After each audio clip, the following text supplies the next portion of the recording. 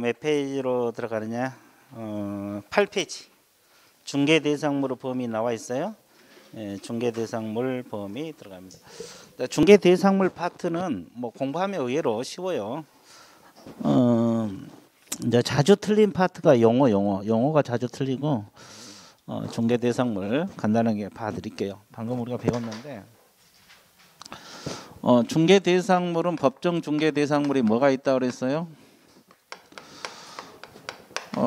토지가 있고 또 건축물이 있고 또 뭐가 있어요? 그 밖의 토지 정착물. 그 다음에 뭐가 있어요? 임목 또 광업재단, 공장재단이 있어요. 여기까지 정리됐죠? 그러면 아까 이 정도는 했죠. 근데 여기서는 뭘 공부하러 가는 거예요? 범위.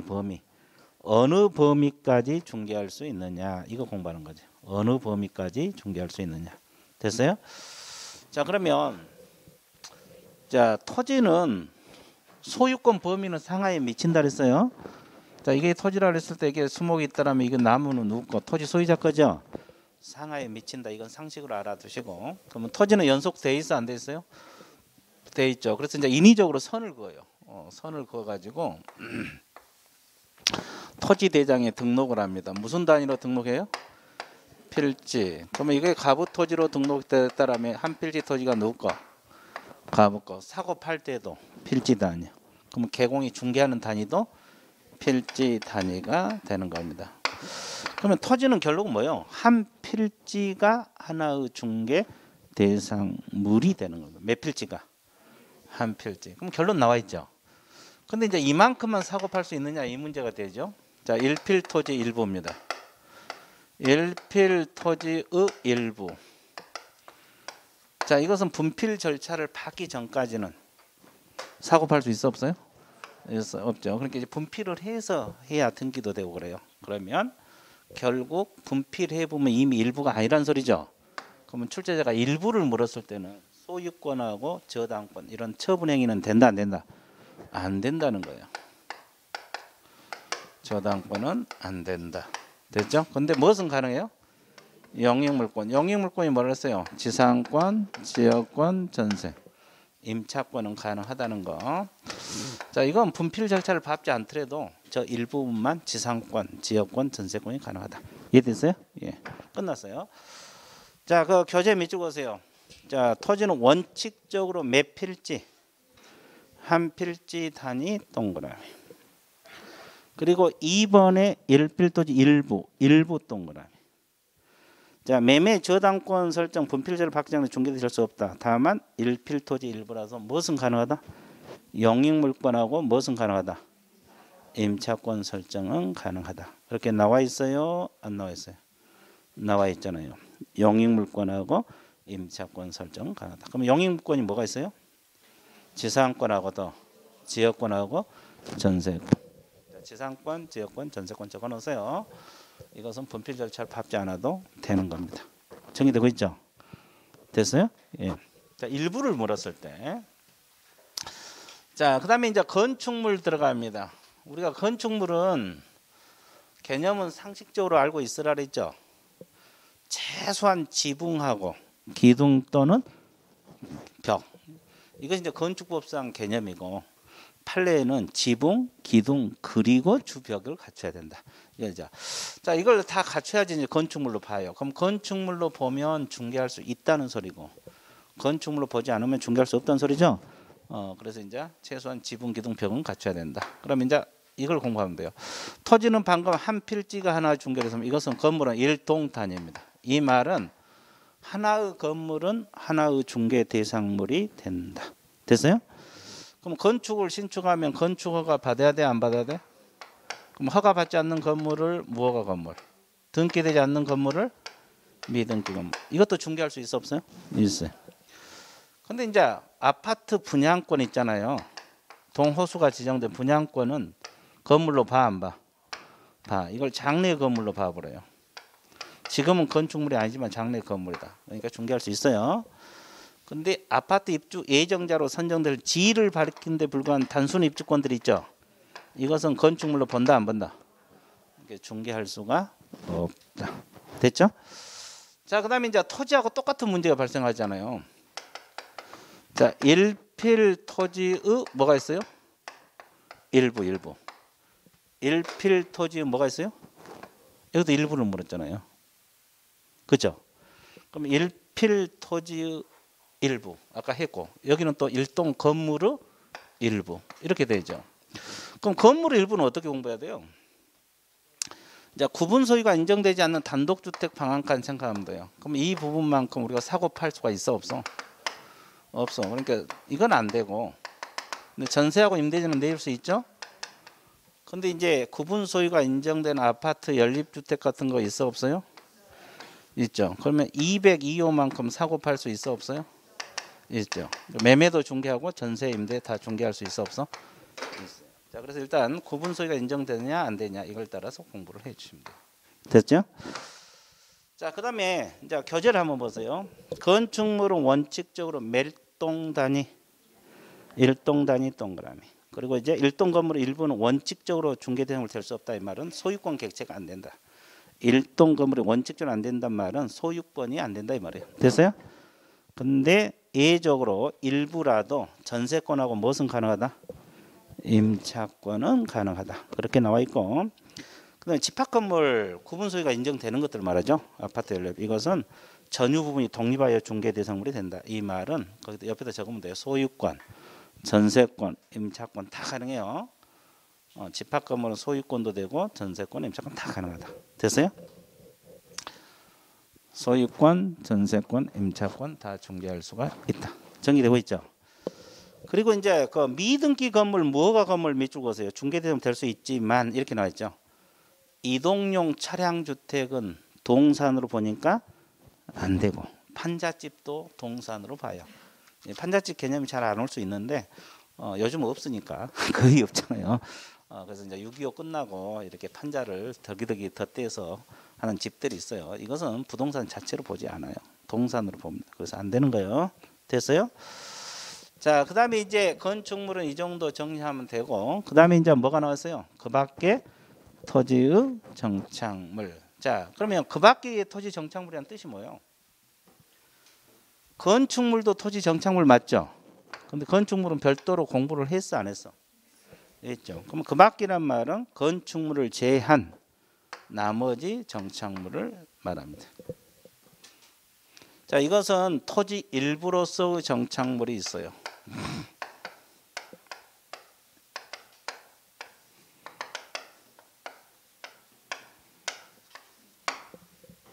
됐죠?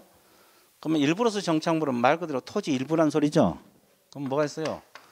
수목이랄지 교량이랄지 담장 이런 거 있어요? 그다음에 또 하나는 토지하고 별개의 독립부동산이라는 뜻이 있어요 없어요?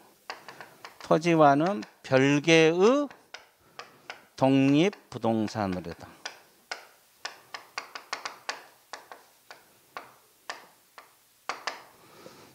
별개의 독립부동산으로서 정착물이 있어요. 이게 뭐가 있어요?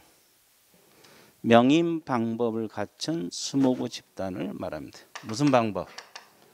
명인 방법을 갖춘 수목의 집단이다.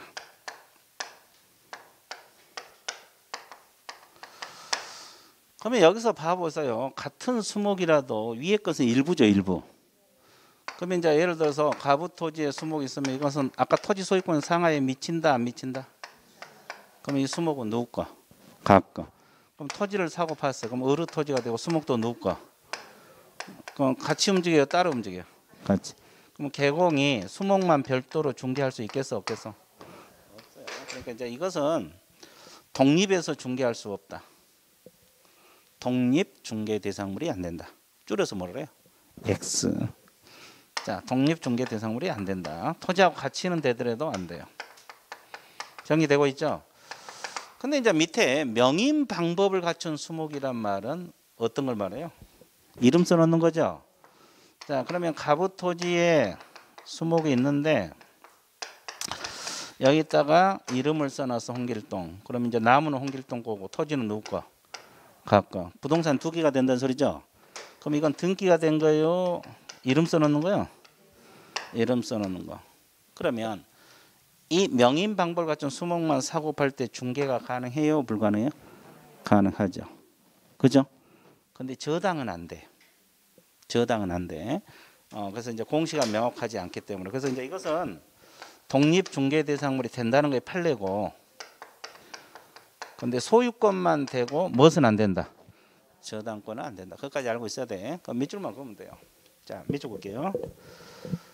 일부로서 정착물은 토지와 분리하여 중개 대상물 될 수 없고 토지 함께 된다고 나와 있고, 그다음에 명인 방법을 갖춘 수목집단은 독립 중개 대상물로 본다고 행정 심판에서 나와 있죠.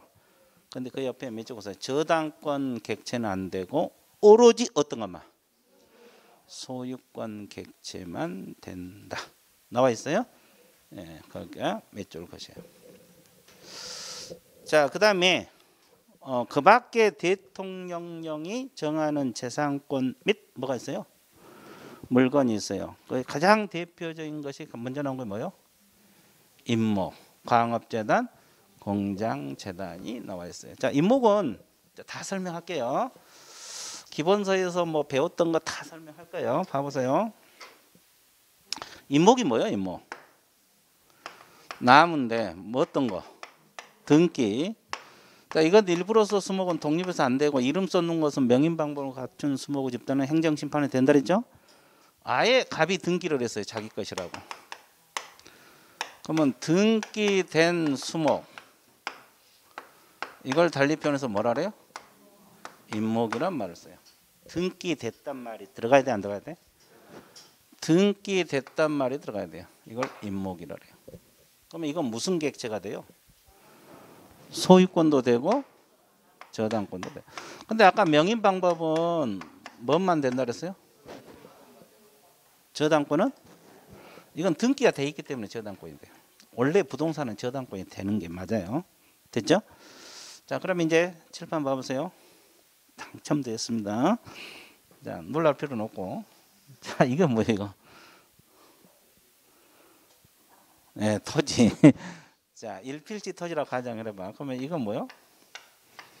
수목. 그러면 이 수목을 등기할 때 일필지 토지, 지금 여기 5그루잖아요. 필지 단위 수목만 등기가 될까? 일부 수목도 등기할 수 있을까? 일부 수목도 등기할 수 있고 필지 단위 수목도 등기할 수 있어요.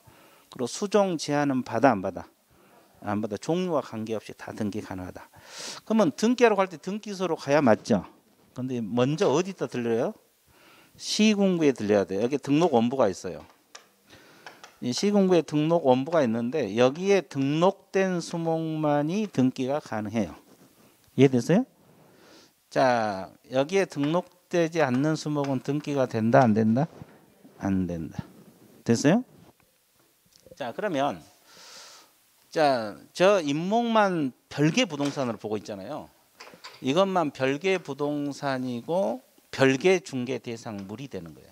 토지하고 별도로. 임목만 따로 중개할 수 있죠. 부동산이 되죠. 그래서 토지 소유권 처분 후 효력은 임목에 미쳐 안 미쳐? 안 미쳐요. 왜? 토지를 사고 팔아도 임목이 따라간다 안 따라간다? 별개 부동산이니까. 정리되고 있죠? 그럼 저당 설명 들어갈게요. 자, 임목만 저당을 잡을 수 있어요? 왜? 부동산이니까. 그러면 을로부터 돈을 1억을 빌렸었어요. 그러면 저당 잡기 전에 먼저 보험 들어라 그랬어요. 보험 들어야 돼, 안 들어야 돼? 들어야 돼. 자, 또 하나. 저당권을 설정했는데 임목이 벌채됐다고 가정을 해봐요. 그러면 저당권 효력은 벌채된 임목에 미쳐요, 안 미쳐요? 미쳐. 먼저 미쳐.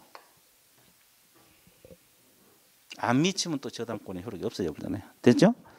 근데 이제 벌채가 안 됐는데 이 사람이 돈을 안 갚아. 그러면 자기 채권 확보하기 위해서 경매 신청할 수 있어 없어? 누가 경락을 받았어요? 병이. 그러면 병의 임목에 토지는 그대로 누구 거예요? 가복 거. 그러면 병은 나무 토지를 사용할 수 있는 권리를 취득해야 되잖아요. 그럼 지상권을 설정해야 되거든요. 근데 설정해 주지 않으면 이 임목을 다 벌채하고 땅 돌려달라. 갑이 이렇게 주장할 수도 있겠죠. 그래서 그걸 방지하기 위해서 지상권이 설정된 것으로 봐 안 봐? 이걸 무슨 지상권? 자, 이 법정지상권은 주로 건축물에서 나오는데 임목에 대해서도 법정지상권이 있어요.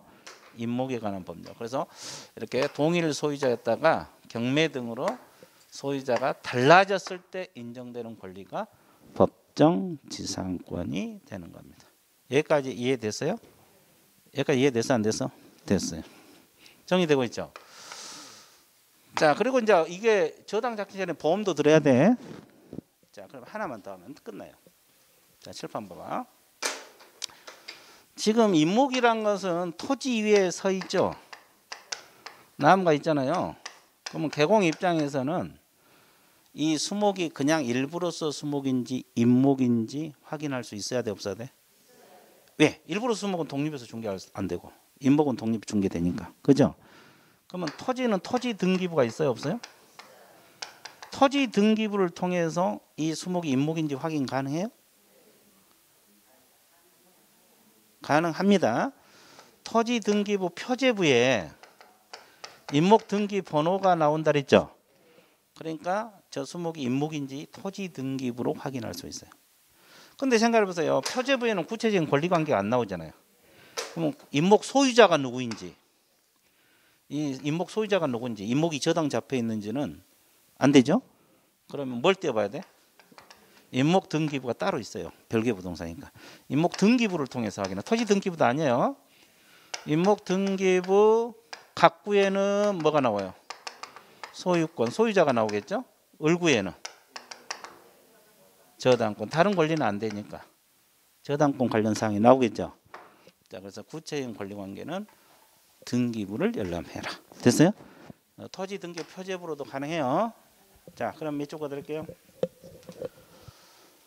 자, 임목의의는 소유권 보존 등기를 갖춘 수목의 집단을 말한다. 보존 등기 동그라미. 등기가 돼야만이 임목이 되는 거고.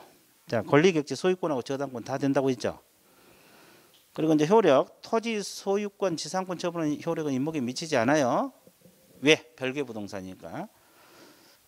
그 다음에 임목을 저당권으로 목적으로 하는 자 보험에 붙여야 돼, 안 붙여야 돼?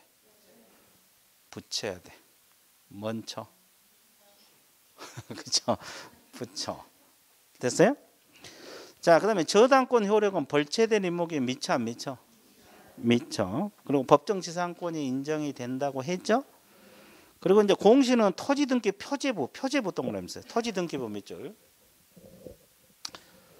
이 임목 등기부가 아니라 토지 등기 표제부에 임목 등기 번호가 나온다 그랬죠? 임목인지 확인은 토지 등기부를 통해서 확인할 수 있어요. 근데 오른쪽 첫째 줄 구체적인 권리 관계. 자, 임목 소유자랄지 그에 대한 저당권 설정 여부는 뭘 활용하라? 임목 등기부 동그라미. 임목 등기부를 열람해 보아야 된다. 그렇게 나와 있죠. 자, 이걸 여러분들이 알고 있으면 좋아요. 여기까지 이해됐어요? 자, 그 다음에 이제 광업재단하고 공장재단 이거 공부하러 떠나야 될 건데, 자, 어디로 떠나면 돼요? 칠판. 자, 공장재단하고 광업재단은 원리는 같다 그랬죠. 그래서 하나만 설명하면 둘 다 해결이 된다 이렇게 이야기했어요. 자, 그러면 또 질문 던져볼게요. 자, 누구한테 들어가느냐? 여기. 자, 맞춰보세요. 자, 이게 뭘까요? 이거. 공장재단. 그렇죠. 공장재단입니다. 공장이 아니고. 자, 그 다음에 이건 공장 건물이라 그랬어요. 자, 세 개를 내가 그렸어요. 그럼 ABC는 뭘 의미하겠어요? ABC는 뭘 의미할까? 소유자. 공장 소유자를 말합니다. 그러면 왜 이걸 그러냐면 공장 하나 가지고도 재단 하나를 만들 수도 있고 여러 개 공장을 이렇게 묶어 가지고 재단 하나를 만들 수 있고 공장 소유자가 같아도 재단을 만들 수 있고 소유자가 달라도 재단 하나를 만들 수가 있어요. 그래서 이제 이건 소유자 다른 거 달라도 재단 하나를 만들 수 있게 이걸 강조하기 위해서. 그죠? 그러면 공장 운영하면 기계도 있고 물건 운반하려면 차량도 있고 공장에 속하는 토지 건축물이 있을 수도 있고 이 지상권이랄지 공업소유권 권리도 있을 수도 있어 없어요? 이걸 목록을 작성을 해요. 다 목록을 작성을 해서 소유권 보존 등기를 합니다. 소유권 보존 등기를 해놔요. 이것도 보존 등기가 들어갔죠. 그러면 이것도 자 뭐가 돼요? 소유권하고 저당권 객체가 됩니다. 그러면 아까 임목도 똑같죠? 근데 차이가 뭐냐면 하나 더 들어가죠. 저당권자 뭐가 있으면 동의가 있으면 임대차까지도 가능하다.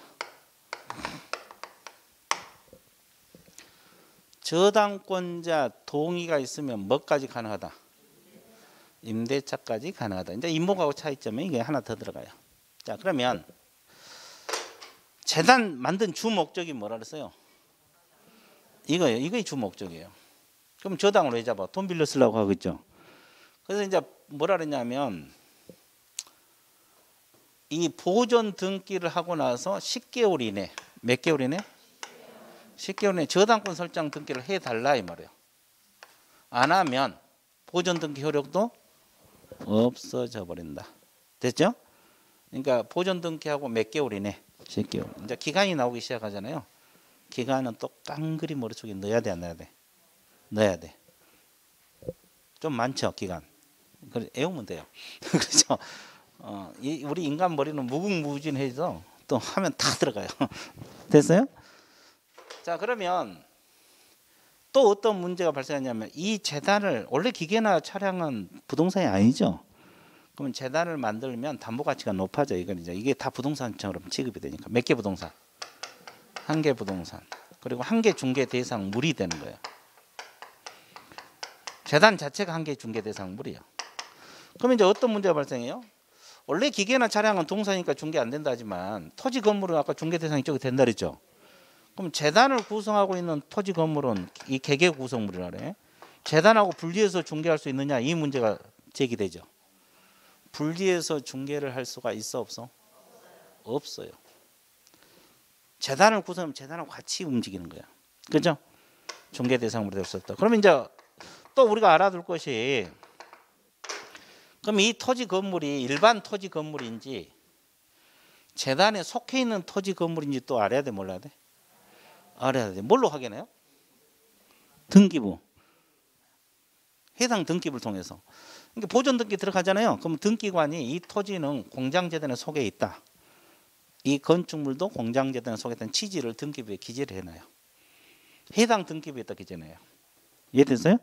그러니까 일단 등기부를 통해서 확인할 수가 있어 없어? 있어요. 그럼 재단을 구성했으면 재단하고 같이 움직인 것 때문에 별도로 중개가 안 된다. 됐어요? 예.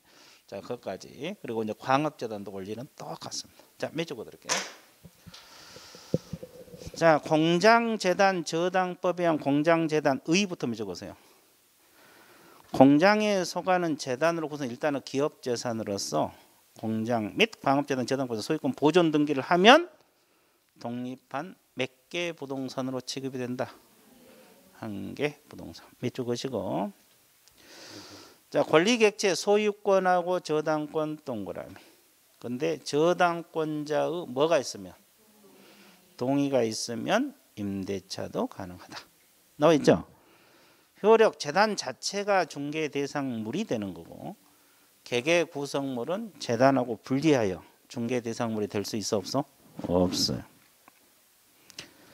자, 니을 공시가 나와 있는데 등기관은 공장재단에서 보존 등기를 하면 재단 구성물의 등기 용지라 그랬죠?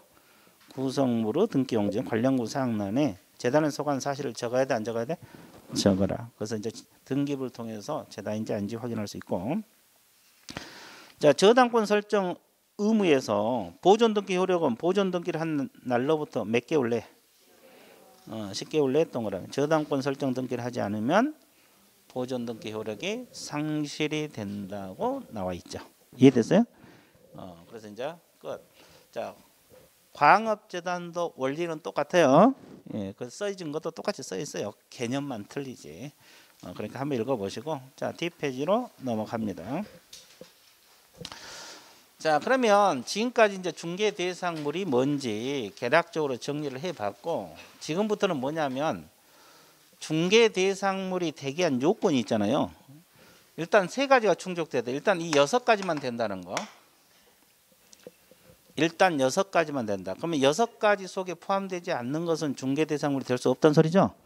그 맨 위에 칸 법정 중개대상물이어야 된다.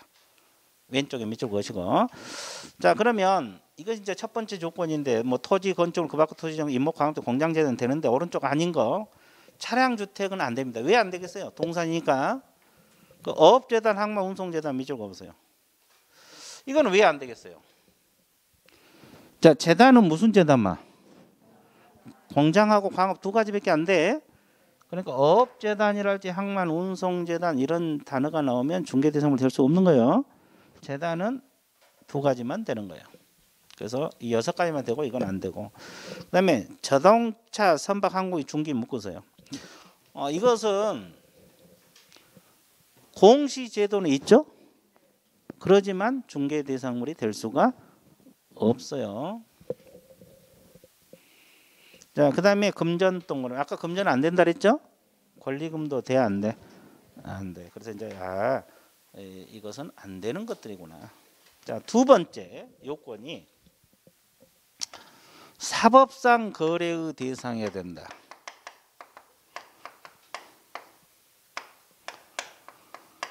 이 말은 개인 것이어야 된다 이 말이고. 3번째가 개공 후 중개 행위가 개입될 수가 있어야 된다 이렇게 나와 있어요. 자, 그러면 사법상 거래의 대상이 돼야 된다. 그럼 어떤 것이 중개 대상이 되는 거래냐? 기업. 공법상 제한이 있는 중개 대상물도 중개 대상이 된다는 소리죠. 자, 개발 제한 구역 내 토지 건축물, 토지 거래 허가 구역 내 토지 다 중개할 수 있어 없어? 있어요. 자, 개발 제한 구역이 가장 대표적인 이용 제한이고 토지 거래 허가 구역이 가장 대표적인 거래 규제라고 했죠. 다 되고. 자, 군사시설 보호구역 내 토지 되고. 자, 공유 수면 매립지 중 사유지 동그라미, 도로 예정지 중 사유지 동그라미. 공유 수면이 바다 같은 걸 말하고 매립지라는 것은 매립한 토지를 말하죠. 그러면 이것도 자, 개인들이 면허를 받거나 이렇게 허가를 받아서 매립한 것은 된다 이 말이에요. 그죠? 그 도로 예정지도 개인 토지에 지정되면 된다 이 뜻이고. 됐죠? 자, 오른쪽에 시옷 이응 묶어보세요. 공유 수면 매립지 중 공유지 있어요? 그러면 이것은 국가나 자치단체가 매립했던 토지거든요. 이건 돼, 안 돼? 안 돼. 그리고 이제 공유지에 지정되는 도로 예정지도 안 된다 이 말이에요. 그 2가지는 둘로 나눠지고 있어요. 그리고 이제 왼쪽에 니은 사법상 제한이 있는 중개 대상물이란 건 뭐예요? 각종 뭐가 설정된 거? 권리. 뭐 저당 잡힌 건물, 가등기된 건물도 다 되는 겁니다. 근데 안 되는 것들 오른쪽에 한번 보세요. 국유하천, 지방하천 몇 쪽 오세요. 왜 안 돼요? 국유하천은 누구 거? 지방하천은 자치단체 거거든요. 그래서 안 돼. 근데 사유인 하천은 될까? 예, 됩니다. 그 왼쪽에 적어놓으세요. 사유인 하천은 된 쪽에 떠 적어놓으세요. 사유인 하천. 개인들이 낸 하천. 국유하천하고 지방하천은 안 돼. 사유인 하천은 되고. 포락지 안 됩니다. 오른쪽에. 미채굴 광물 무주토지는 왜 안 된다 그랬어요? 국가 거. 그래서 안 돼. 바닷가도 마찬가지죠. 안 되고. 공도 공원 안 됩니다. 자, 그리고 행정재산은 종류가 4가지가 있어요. 공용재산, 공공용, 보존용, 개발 다 안 되죠. 그럼 대표적인 거 하나씩만 적을래요? 공용재산은 시청 청사라고 적어봐요. 안 돼. 자, 시청 청사 안 돼. 공공용재산은 공원 적어봐요. 공원 안 돼. 자, 보존용 재산은 뭘 말하겠어요? 문화재. 문화재를 적어. 다 국가 것이잖아. 안 돼. 그리고 기업용 재산은 공기업 재산이라고 적으면 돼요. 안 됩니다. 됐죠? 국공유 재산 중에서 이제 행정 재산이 아닌 것은 다 일반 재산으로 보고 있어요. 이것도 안 되는 게 원칙입니다. 왜 안 된다 그래서 일반 재산은 공개 입찰이라고 적어놨어요. 화살표고 공개 입찰 방식. 공개 입찰 방식으로 처분하니까 개공이 끼어들 수가 없어서 결론적으로 안 되는 거예요. 이해됐어요? 자, 그다음에 이제 3번째가 중개 행위 개입이 가능할까 이렇게 나와 있죠. 그러면 이거 우리가 아까 그 밖에 권리에서 대통령 했던 것들이 자, 중개 대상인 권리 왼쪽 보세요. 소유권 되고 지상지역 전세권 된다고 했죠. 저당권 된다고 했죠. 가등기 담보권. 이 가등기 담보권은 저당권하고 비슷해요. 담보 목적이기 때문에. 그래서 되는 거예요. 그리고 유치권은 이전이 되니까 되는 거고 일부가 되는 건 된다고 했죠. 임차권 다 되고 환매권도 이전이 되니까 되는 거고 법정지상권도 이전이 되니까 되는 거예요. 자, 아닌 권리 한번 봐볼게요. 점유권은 된다고 해서 안 된다고 했어요. 질권 안 된다고 아까 이야기했죠. 광업권 동으로. 이 광업권이 자주 틀리는데 이 광업권은 광업재단 구성물이에요. 구성물이에요. 그래서 광업재단은 되지만은 광업권 자체만은 안 돼요. 이해됐어요? 자주 틀리니까 동그라미 쳤어요. 어업권은 당연히 안 되고. 자, 공업소유권, 상표, 특허, 저작 가로로 묶어보세요. 공업소유권, 상표권, 특허, 저작. 이건 이제 무채재산권이라 그래. 이걸 무슨 재산권? 무채재산권. 이건 안 돼. 자, 분묘기지권 아까 된다고 했어요? 안 된다고 했어요? 안 된다고 했습니다. 자, 그다음에 이제 중개 거래 대상 행위, 거래 중개 받는 걸 말하는데 중개 대상 거래 행위. 매매 교환 임대차는 되죠? 그다음에 지상 지역 전세는 저당권까지 설정 동그라미, 변경 동그라미, 소멸 동그라미 이 셋 다 돼요. 그다음에 유치권은 뭔만? 이전 동그라미. 법정지상권도 이전, 환매권도 이전. 아까 다 했던 거고. 자, 아닌 행위가 나와 있죠. 질권 설정은 아니고. 상속 공용 수용 밑줄 보세요. 왜 이건 안 될까? 법률 규정이라고 하죠. 법률 규정. 그럼 법률 규정 그러면 상속하고 공용 수용 묶어 갖고 법률 규정. 법률 규정은 돼 안 돼? 안 돼. 자, 환매권 아까 이전은 되지만 행사는 안 된다 그랬어요. 그리고 이제 증여하고 기부채납 묶어 보세요. 왜 이건 안 돼요 또? 무상이기도 하고 또 증여자 일방적 의사에서 모든 게 결정이 돼버리죠. 그래서 안 되는 거예요. 증여하고 기부채납은 계약이거든요. 그런데도 안 돼. 그리고 이제 유치권 설정 동그라미 법정에서 설정 안 된다고. 분묘기지권은 설정이든 이전이든 다 안 되는 거예요. 분묘기지권은 이전 행위도 안 되는 거예요. 됐죠? 자, 그래서 이제 이 법정 중개 대상 되려면 일단 6가지 되고 개인 것이어야 되고 개공이 끼어들 수가 있어야 된다. 정리되고 있죠? 자, 그러면 이제 중개 대상물 판례가 거기 몇 가지가 나와 있어요. 한번 봐드릴게요. 이 판례는 결론만 하지 말고 지문을 익혀 두셔야 돼요. 이 지문. 자, 아파트 특정 동 호수에 대한 피분양자로 선정되거나 분양계약이 체결된 후 분양권. 이것은 중개 대상물에 포함된다고 나와 있어요? 안 돼서? 나와 있죠. 이거 분양권을 말하거든요. 근데 이제 이 지문을 익혀 두세요. 이거 되고. 그다음에 아파트 분양 예정자로 선정 이 지문 익히세요. 이거 입주권인데 이건 건물로 본다 안 본다? 중개 대상물이 아니다. 근데 이제 주의할 거 3번 보세요. 도시 및 주거환경 정비상 관리처분계획 인가 동그라미. 인가로 인하여 지당 입주자로 선정된 이 입주권은 됩니다. 그러니까 그 2번에 보면은 단순 입주권은 안 되는 거고 뭘 받은 거? 관리처분계획 인가를 받은 입주권은 중개 대상물이 되는 거예요. 2번하고 3번 구별을 잘해야 돼. 그럼 3번은 부동산 거래 신고 대상이 됩니까? 관리처분계획 인가를 받은 입주권은 부동산 거래 신고 대상이 돼요 안 돼요? 저 뒤에서 배우는데 됩니다. 그래서 3번 옆에다가 부동산 거래 신고 대상도 된다고 적어 놓으세요. 이건 중개 대상물도 되고 부동산 거래 신고 대상이 됩니다. 부동산 거래 신고 대상. 자, 뒤에서 배우죠? 그죠? 그 다음에 이제 4번에 보시게 되면 볼트 조립 방식의 세차장. 그러니까 여기서는 세차장 구조물도 구조물 나름이에요. 근데 여기서 판례에서 나온 것은 볼트 조립 방식으로 된 세차장 구조물은 된다 안 된다? 왜? 건축물로 보지 않아요. 볼트만 풀어버리면 해체돼 버리니까. 됐어요? 그러니까 여기 볼트 조립 방식이 키포인트. 이걸 줄여놓은 거예요. 이 볼트 조립 방식 세차장 구조물이 한 20줄 돼요. 판례 지문이 한 20줄 된 것을 내가 한 줄도 안 되게 줄여놨어요. 이해됐어요? 예, 이건 안 되는 거예요. 그 다음에 5번 영업용 건물의 영업시설 비품 등 이걸 통틀어서 뭐라 그래요? 유형물 동그라미. 영업시설 비품 이걸 유형물. 그다음 거래처, 신용, 영업상 노하우 이런 걸 통틀어서 무형의 재산 가치라래. 이걸 뭘 말하는 거예요? 권리금이요. 권리금 내용이요. 근데 시험에는 권리금 이렇게 잘 안 나오고 이 지문을 그대로 띄워. 그죠? 영업상 노하우가 되냐 이렇게. 비품이 되느냐 이렇게 띄워요. 그러면 출제자가 권리금을 묻는 거예요. 이건 돼 안 돼? 안 되는 겁니다. 그러니까 지문을 익혀놔야 돼. 판례는 결론만 하지 말고. 그다음에 이제 주택이 철거될 경우 일정한 요건하에 택지 개발 이주자 택지를 공급하는 지 이거 대토권이거든요. 이건 된다 안 된다? 안 된다. 대토권은 안 돼. 여기까지 이해되셨어요? 예. 자 그러면 오른쪽. 자, 총칙 파트는 끝났어요.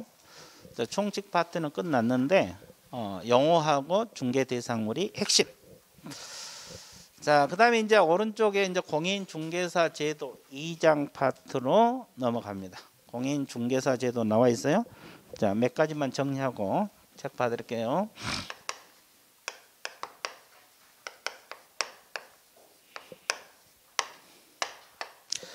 가장 먼저 알아둘 것이 시험 시행 기관 장을 알아야 돼요. 여기서 시험 시행은 무슨 시험을 말해요? 공인중개사 시험을 말합니다. 시험 시행 기관장 원칙은 누구? 시도지사요. 국장이 아닙니다. 원칙은 특별시장, 광역시장, 도지사. 이걸 줄여서 시도지사. 이거 시도지사를 뜻이는 특별시장, 광역시장을 말해요. 근데 예외적으로 국장이 시험을 시행할 수도 있어 없어? 왜 국장이 시행할 수 있어요?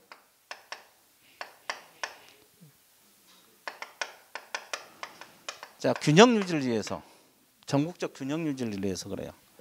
그럼 예를 생각해보세요. 시도별로 시행하면 서울시 따로, 경기도 따로 시험 문제, 출제 방식, 난이도 다 달라질 수도 있어 없어? 그러면 균형이 안 맞잖아요. 그러니까 국장이 전국적 균형 유지를 위해서 직접 시험 문제도 내고 시험을 시행할 수도 있고 시험 문제를 출제할 수가 있어요. 그럴 때는 국장 단독으로 결정을 해요. 정책심의위원회 뭘 거쳐야 돼? 의결. 자, 이 위원회는 여러 명으로 구성됐죠.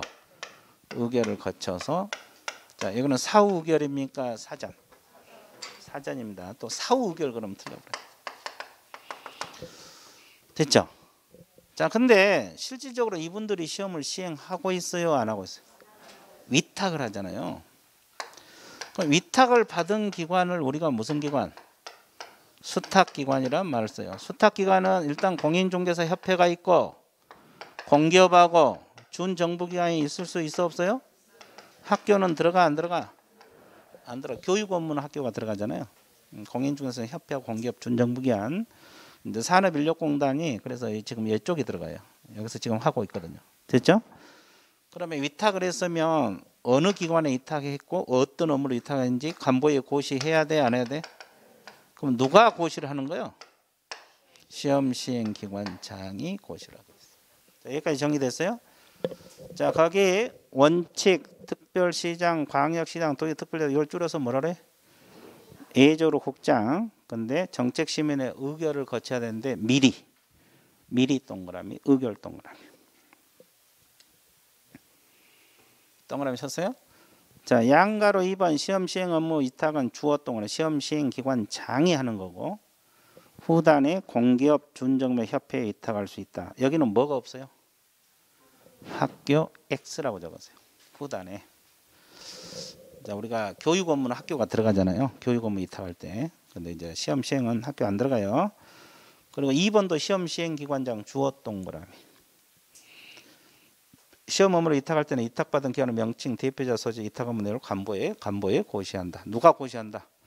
시험 시행 기관장. 자, 여기서는 권한이 중요한데 이 공인중개사 파트는 시험 시행 기관장 권한이 가장 많이 나오거든요. 가장 많고 간혹 가다가 이제 국장 권한이 나와요. 그리고 시도지사 권한, 단독 권한도 나와요. 단독 권한도 나옵니다. 근데 이제 권한을 잘 신경 써봐요. 대부분 시험 시행 기관장의 권한이 많습니다. 됐죠? 자, 그다음에 응시 자격 한번 봐드릴게요. 자, 칠판 한번 봐주실래요? 자, 성별 제한 있어요? 없죠. 연령은 국적은 불문입니다. 학력 불문. 자, 미성년자도 시험 볼 수 있고 외국인도 시험 볼 수 있어요. 이제 이건 돌려가지고 문장을 돌려가지고 시험에 간혹가다 나와요. 자, 그다음에 또 보세요. 결격 사유 기간 중에 원칙적으로 시험 봐서 자격을 취득할 수 있을까? 응? 원칙적으로 자격증 없는 사람은 시험 봐서 자격을 취득할 수도 있죠. 그럼 결격 사유가 뭐예요? 뭐 파산자랄지, 징역형을 선고받은다 할지, 집행유예를 선고받았다 할지 이런 거잖아요. 근데 예외적으로 시험 못 보는 경우도 발생할 수가 있어요, 없어요? 어떤 경우? 자격이 취소된 날로부터 몇 년?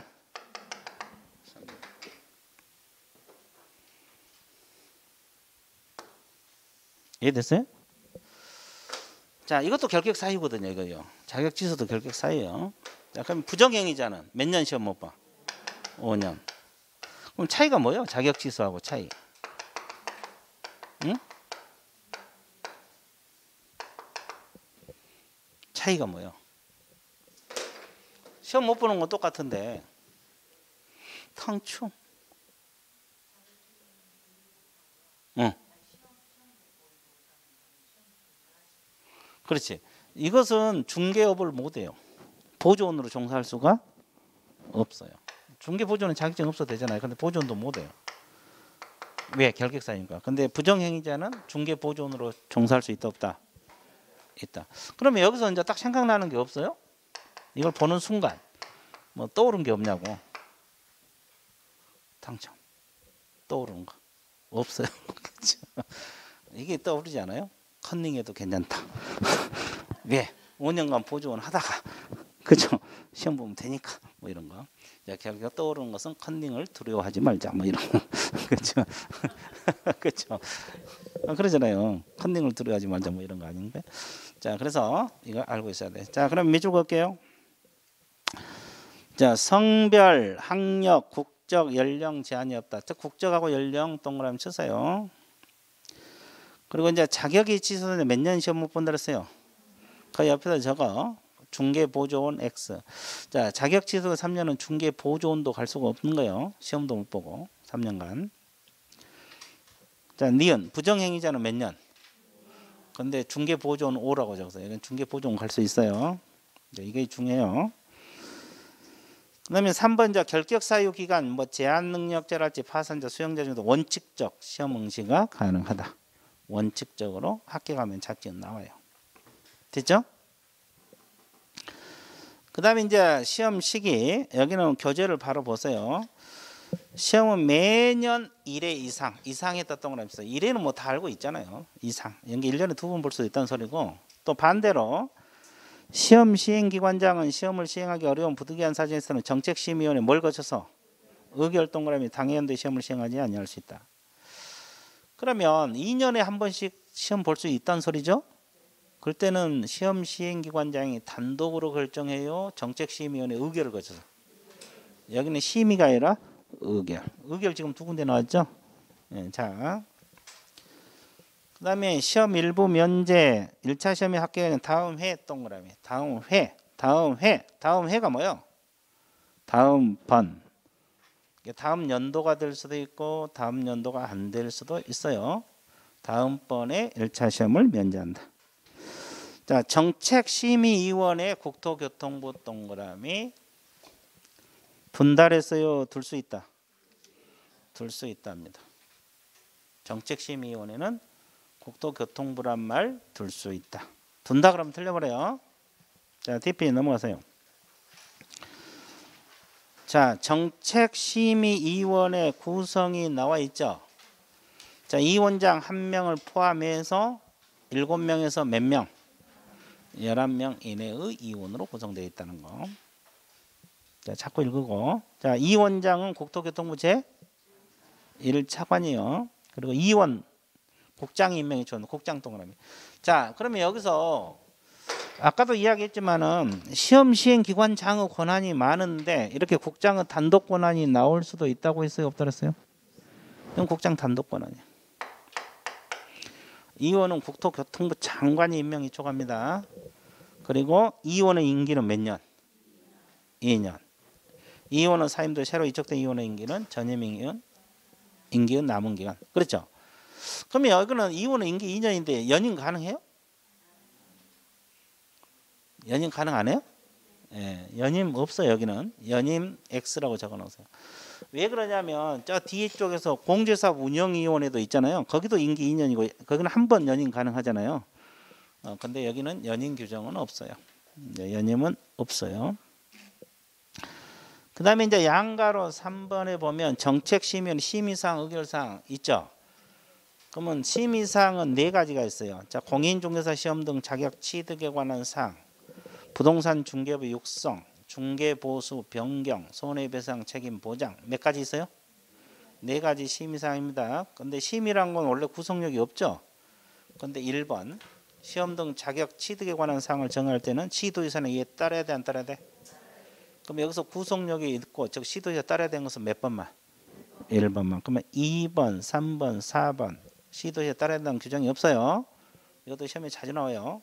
부동산 중개부를 육성할 때 심의했을 때 시도에 따라야 한다. 이 질문은 틀려요. 그래서 심의사항 4가지 머릿속에 넣어 주셔야 되고 심의사항 몇 가지? 심의사항 몇 가지?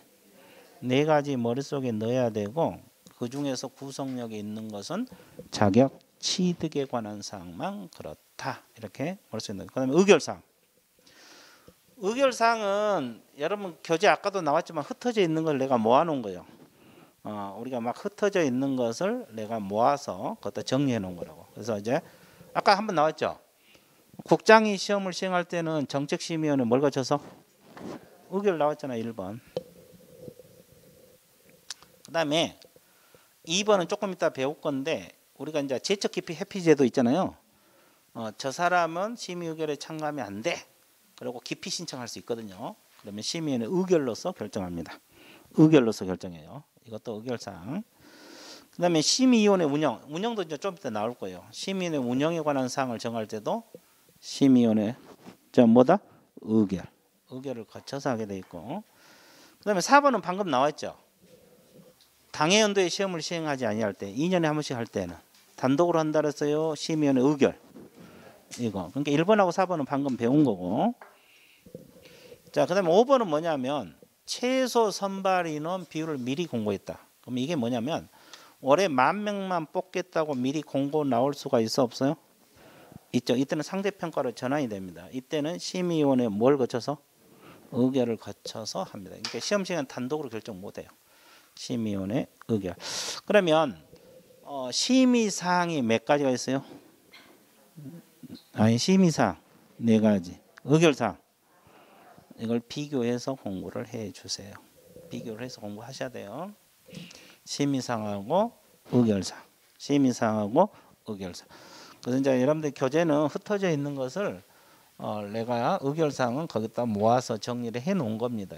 요약집에다는. 그래서 이제 모아놨으니까 자꾸 봐가지고 머릿속에 넣어주시면 되겠습니다. 정리되고 있죠? 그 다음에 이제 양가로 4번 정책심의위원회 운영을 보세요. 정책심의위원회 운영. 이 원장의 업무들이 있어요. 자, 기억. 심의위원회를 대표하고 업무를 총괄한다. 이건 당연하고. 자, 뒷짐이 중요하죠. 이 원장이 부득이한 사유로 직무를 수행할 수 없을 때는 이 원장이 미리 지명한 위원이 이 원장 직무를 대행한다. 자, 여기서는 부위원장이 이 원장 직무를 대행한다. 그럼 맞아요, 틀려요? 왜? 여기는 부위원장이 없어요. 그러니까 위원장이 지명한 위원이 이 원장 직무를 대행하도록 규정이 돼 있어요. 작년에 이게 나왔죠. 부위원장이 대행한다. 이렇게 출제됐거든요. 틀려요. 그럼 부위원장이 대행한 건 어디서 나와요? 공제사업 운영위원회. 자, 우리가 협회에서 운영위원회 저 뒤쪽에서 배우잖아요. 거기서 나오지. 정책심의위원회에서는 부위원장이 없기 때문에 이 원장이 지명한 위원이 이 원장 직무를 대행합니다. 이거 시험에 자주 나오고. 그다음에 이 원장은 회의를 소집하고 의장이 된다 했는데 회의를 소집하면 개최 며칠 전까지? 7일 전 몇 적었어요? 일시, 장소, 안건을 통지를 해줘야 돼요. 자, 개최 며칠 전? 통보. 그런데 예외적으로 긴급하게 개최하거나 부득이한 사유가 있을 수가 있어 없어요? 그럼 언제까지? 개최 전날 동그라미. 개최 전날까지 통지. 자, 원래는 며칠 전? 7일 전. 근데 부득이한 사유가 있거나 긴급하면 개최 전날까지. 이해됐어요? 자, 심의위원회 회의 제적 과반수 출석으로 개의하고 출석위원 과반수 찬성. 자, 제적위원 몇 줄 개의 동그라미. 출석위원 몇 줄 의결 동그라미. 둘 다 과반수입니다. 제적위원 과반수 출석으로 개의하고 출석위원 과반수 찬성 의결. 됐어요? 자, 개의는 제적위원, 의결은 출석위원. 둘 다 과반수입니다. 자, 심의위원회 심의위원회 사무처를 간사를 한 명 두죠. 그럼 간사는 누가 지명한다 그랬어요? 이원장 동그라미. 국토교통부 소속 부문 지명 동그라미. 자, 간사는 누가 지명한다? 간사는 누가 지명한다? 그럼 이원장이 누구냐고? 국토교통부 제1차관. 그러면 시험에 이원장이 지명한다. 그럼 맞죠? 그럼 국장이 지명한다 그러면 틀려버리잖아. 국장이 이원장이 아니니까. 됐죠? 그렇게 이제 돌려가지고 국장이 국토교통부 소속 부문에 지명한다. 그러면 틀려버려요. 자, 이원장이 국토교통부 제1차관입니다. 그 다음에 그 수당과 여비에서 정책심의 출석한 이원 관계 전문가에게는 예산을 범위해서 수당과 여비를 지급할 수 있다. 이렇게 나와 있죠. 근데 공무원 이원이 소관 업무와 직접 관련해서 출석한 경우는 그러하지 아니한다. 왜? 자기 업무니까. 그죠? 그래서 이제 수당과 여비를 지급한다. 그 다음에 심의 운영. 이것도 중요하죠. 아까 운영 나와 있죠. 운영에 관한 필요한 사항은 정책심의 뭘 거쳐서? 의결도. 아까 의결사항 있었잖아요. 뭐 하는 거. 심의는 운영. 의결을 거쳐서 누가 정한다? 이원장 동그라미. 의결하고 이원장 둘 다 동그라미 쳤어요. 자, 정책심의 운영은 심의사항이 아니고 의결사항이란 거. 이원장이 정한다. 이원장은 누구요? 국토교통부 제1차관이 정한다. 이렇게 나와 있죠. 자, 그 다음에 양가로 5번이 뭐가 나왔어요? 제척, 기피, 회피 제도가 있잖아요. 개념 잡아 드릴게요.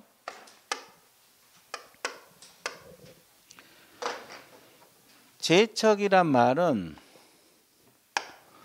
법률을 규정해서 저분이 심의결에 참가하면 안 돼. 법률을 규정해서 배제시키는 걸 말하고, 기피 신청이란 것은, 기피란 건 뭐야? 당사자 모여서 신청, 안건 당사자가 저분이 들어가면은 나에게 불리한 심의결이 돼. 당사자 신청에 의한 결정으로 배제시키는 걸 기피. 회피란 것은 본인 스스로 그만두는 거예요. 나는 제적 사유가 있다. 즉 친족이니까 나는 그만둘란다. 본인 스스로 그만두는 걸 회피. 됐어요? 근데 회피 사유가 있는데도 안 하면 해촉할 수가 있어 없어? 해촉은 국토교통부 장관이 하는 거예요. 이해됐어요? 예, 국토교통부 단독 권한입니다. 이것도 시험 시행기관장이 아니고 단독 권한이에요. 자, 그러면 이 제척 사유가 간혹 가다가 이제 시험에 지문으로 떠요. 자, 그러면 그 제척 사유를 머릿속에 넣어야 돼, 안 넣어야 돼? 넣어야 돼. 그래서 이제 양가로 5번에서 동그라미 1번 한번 보세요. 다음의 경우에는 심의결에서 제척된다 그랬거든요. 그 기억. 이원하고 그 배우자나 배우자였던 사람이 해당 안건의 당사자가 되거나 그 당사자와 공동 권리자, 공동 의무자인 경우는 심의결에 참가하면 된다, 안 된다? 법에 의해서 아예 배제를 시키는 거예요. 그래서 어차피 선택형이니까 이 단어만 내어 놓으세요. 다른 거 치지 말고 이원하고 그 배우자 이 두 단어만 머릿속에 넣어봐요. 이건 제척 사유에 들어갑니다. 이분들은 심의결에 참가한다, 못한다? 못한다. 됐어요? 제척 사유. 자, 니은 이원이 해당 안건은 당사자와 친족이거나 친족이었던 경우 있어 없어요? 친족 동그라미. 자, 친족이 심의결에 참가하면 공정한 심의가 되겠어? 아니, 법에 의해서 아예 배제시키는 거예요. 이 단어만 동그라미 쳐놓으시면 돼요. 됐죠? 그 다음에 디귿 보면 이원이 해당 안건에서 증언, 진술, 자문, 조사, 연구, 용역, 감정을 한 경우 있어 없어요? 일단 증언, 자문, 감정 세 단어만 동그라미 쳐보세요. 증언을 했거나 자문을 했거나 감정을 했다. 그러면 이분들은 심의결에 참가한다 못한다. 왜? 공정한 심의결이 안 되기 때문에. 세 단어만 동그라미 쳐놓고 머릿속에 넣어보세요. 그 다음에 네 번째, 이원이나 이원이 속한 법인 단체 등이 해당 안건 당사의 대리인이거나 대리인이었던 경우, 대리인 동그라미, 대리인 동그라미.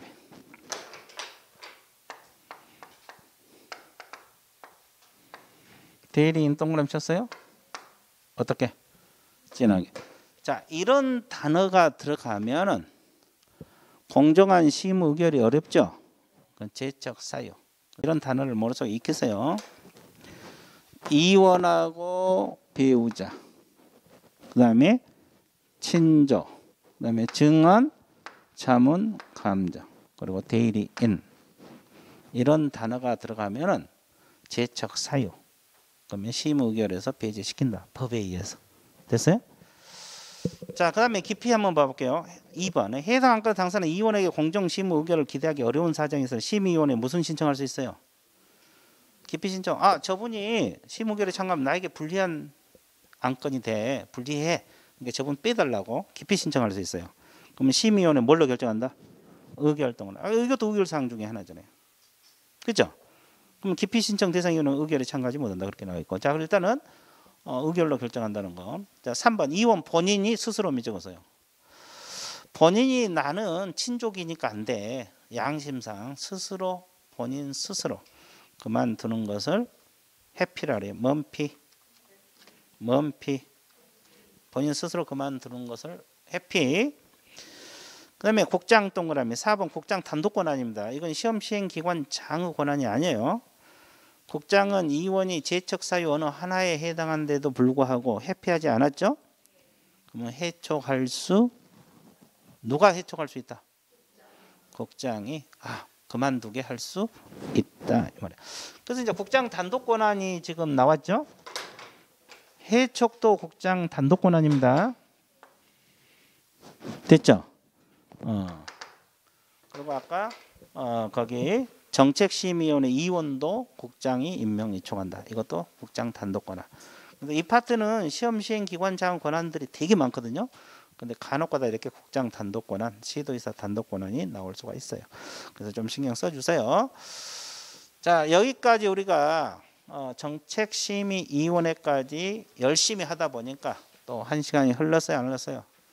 그럼 이걸 기념해서 어떻게 해야 돼? 쉬어야 돼. 좋대. 좋았어요.